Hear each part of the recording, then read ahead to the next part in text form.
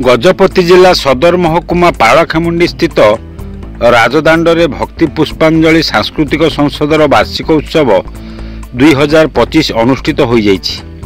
एही कार्यक्रम रे देवी मठर महंत रामानंद दास जी प्रदीप प्रज्वलन करी शुभ उद्घाटन करथिले।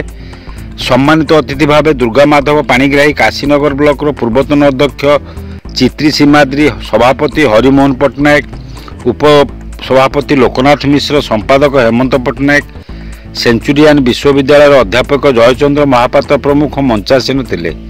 सुनामधन्य गायिका ममता पाढ़ी, नागेश्वर महापात्र एहिभଳି विशिष्ट व्यक्ति मानकु उपढौकन और मानपत्र दे अतिथि मानक द्वारा संबर्धना करा जायतिला। ओडिशार सुनामधन्य कलाकार और स्थानीय कलाकार मानक द्वारा संगीत परिवेषण करा जायतिला बेले आदर्श दास अतिथि परिचय और स्वागत भाषण प्रदान करथिले। धन्यवाद अर्पण करथिले हेमंत पट्टनायक। गजपति विवेकानंद बेहरा रिपोर्ट, खोला खबर टीवी।